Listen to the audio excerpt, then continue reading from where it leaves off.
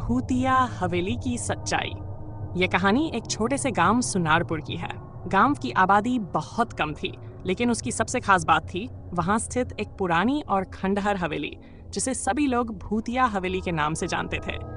यह हवेली गांव के दक्षिणी छोर पर घने जंगलों के बीच बनी हुई थी और गांव वाले इसे वर्षों से वीरान छोड़ चुके थे। लोगों का मानना था कि इस हवेली में अनगिनत आत्माओं का वास है, जो रात होते ही जीवित हो जाती हैं। हवेली के बारे में तरह तरह की कहानियां प्रचलित थीं। कोई कहता था कि एक समय में वहां एक बहुत धनी जमींदार और उसका परिवार रहता था, जिनकी रहस्यमय परिस्थितियों में मौत हो गई। कहा जाता था कि उनकी मौत के बाद से उनके प्रेतात्मा हवेली में ही बस गए। लोग बताते थे कि जो कोई भी उस हवेली में गया वह कभी वापस नहीं लौटा। गांव वालों में इस हवेली को लेकर गहरा डर बैठा हुआ था और कोई भी उसकी ओर जाने की हिम्मत नहीं करता था। शुरुआत। रवि, एक नवयुवक शहर में पढ़ाई कर रहा था, गर्मी की छुट्टियों में अपने गांव वापस आया था।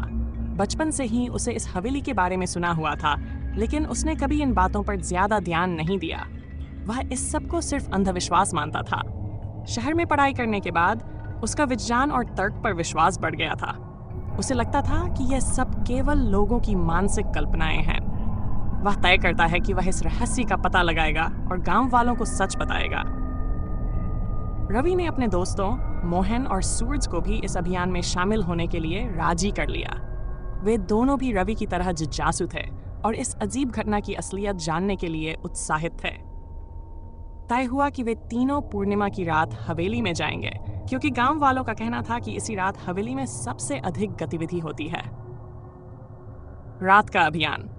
पूर्णिमा की रात आई, चांदनी चारों ओर फैली हुई थी और हवेली के चारों ओर का जंगल शांत और डरावना लग रहा था।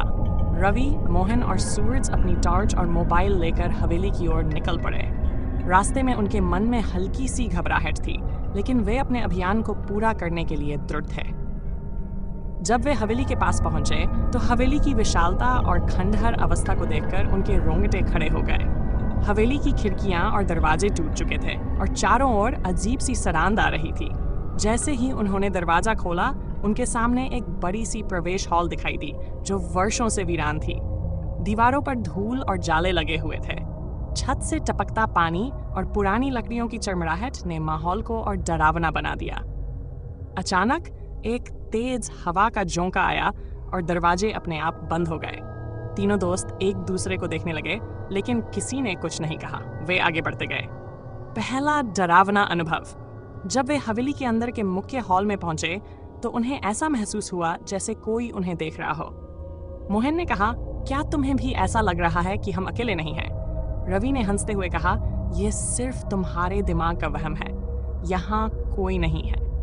लेकिन अचानक एक जोरदार आवाज आई, मानो किसी ने भारी सामान गिरा दिया हो। तीनों एकदम चौकन्ने हो गए। सूरज ने तुरंत अपनी टॉर्च उस दिशा में घुमाई, लेकिन वहां कुछ भी नहीं था। उन्होंने यह सोचकर खुद को समझाया कि यह हवेली की पुरानी दीवारों और ढहते हुए छत का असर हो सकता है। फिर भी उनके दिल की धड़कनें तेज हो चुकी थी। वे अब हवेली के ऊपरी मंजिल की ओर जाने का फैसला करते हैं, जहां जमींदार का परिवार रहता था। अजीब घटनाएं। सीढ़ियां चढ़ते समय उन्हें ऐसा महसूस हुआ जैसे उनके पीछे कोई चल रहा हो। जब भी वे रुकते, उस अजीब आवाज का आना भी बंद हो जाता। रवि ने हिम्मत करके पीछे मुड़कर देखा, लेकिन वहां कुछ नहीं था। अब उनकी घबराहट और भी बढ़ गई थी। जब वे ऊपर पहुंचे तो उन्हें एक दरवाजा दिखा, जो हल्का सा खुला हुआ था। अंदर अंधेरा था, लेकिन जब रवि ने उस पर हाथ रखा तो दरवाजा अपने आप खुल गया। अंदर एक बड़ा कमरा था, लेकिन वहां एक पुराना झूला भी था, जो बिना किसी हवा के अपने आप हिल रहा था। तीनों घबराए हुए थे, लेकिन रवि ने आगे बढ़कर उस झूले को रोका। जैसे ही उसने उसे छुआ, उसे किसी बच्चे के रोने की आवाज सुनाई दी। मोहन और सूरज भी अब इस बात से बेहद डरे हुए थे। चलो, हमें यहाँ से निकलना चाहिए, मोहन ने कहा। लेकिन रवि ने इसे अनसुना कर दिया और उस रोने की आवाज का पीछा करने लगा। भयावह रहस्य का खुलासा। वे धीरे धीरे आगे बढ़ते गए और अचानक उन्हें एक कमरे के दरवाजे के पास खून के निशान दिखाई दिए। इस बार तीनों को पक्का यकीन हो गया कि कुछ गलत हो रहा है। दरवाजा खोलते ही उन्होंने देखा कि कमरे के बीचों बीच एक पुरानी लकड़ी की कुर्सी पर एक साया बैठा हुआ है। वह साया धीरे धीरे उठकर उनकी ओर बढ़ने लगा। उसकी आंखें जलती हुई लाल थीं और चेहरा डरावना था। तीनों के पैरों तले जमीन खिसक गई। वे समझ नहीं पा रहे थे कि क्या करें। साया और करीब आ गया और एक भयानक आवाज में बोला, तुमने इस हवेली में कदम रखने की हिम्मत कैसे की? साया का चेहरा धुंधला था, लेकिन उसकी आंखें क्रोध से जल रही थीं। अचानक कमरे में तेज हवाएं चलने लगीं और दरवाजे खड़खड़ाने लगे। रवि को एहसास हुआ कि उन्होंने जो सोचा था वह गलत था। यह कोई साधारण अंधविश्वास नहीं था, बल्कि उस हवेली में वाकई कुछ था जिसे वह समझ नहीं पाए थे।